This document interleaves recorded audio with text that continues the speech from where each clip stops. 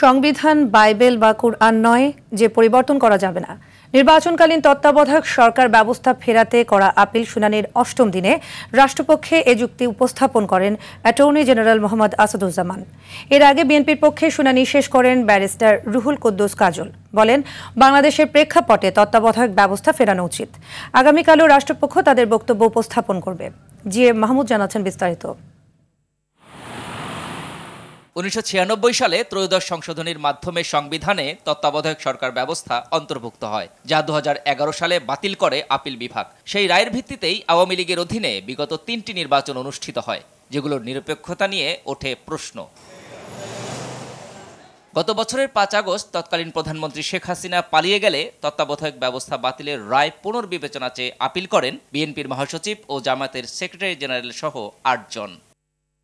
প্রধান বিচারপতি ডক্টর সৈয়দ রেফাত আহমেদের নেতৃত্বাধীন 7 বিচারপতির পূর্ণাঙ্গ বেঞ্চে শুনানির অষ্টম দিনে আনুষ্ঠানিকভাবে শুনানি শেষ করে বিএনপি। এর মধ্য দিয়ে শেষ হলো আপিলকারী সব পক্ষের শুনানি। এ বিষয়ে বিএনপির আইনজীবী বলেন, তত্ত্বাবধায়ক সরকার ব্যবস্থা বাংলাদেশের নির্বাচনের ক্ষেত্রে অত্যন্ত কার্যকরী ব্যবস্থা।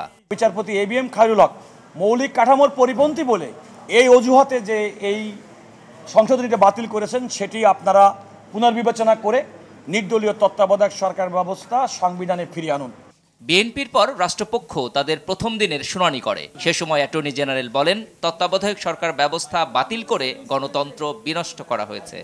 তত্ত্বাবধায়ক সরকার ব্যবস্থা বাংলাদেশে আসার পরে যেভাবে বাংলাদেশের গণতন্ত্র উন্নত হয়েছে, মানুষ ভোট দিতে পেরেছে, তত্ত্বাবধায়ক সরকার বিলোপের পরে সেই সুযোগ হয়নি।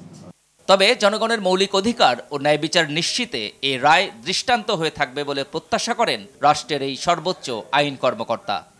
আইনের শাসন, বাংলাদেশের মানুষের মৌলিক অধিকার, এই সবগুলো নিশ্চিত করার ক্ষেত্রে এই রায় একটি অনন্য দলিল হিসেবে থাকবে। GM Mahmud, RTV, Dhaka.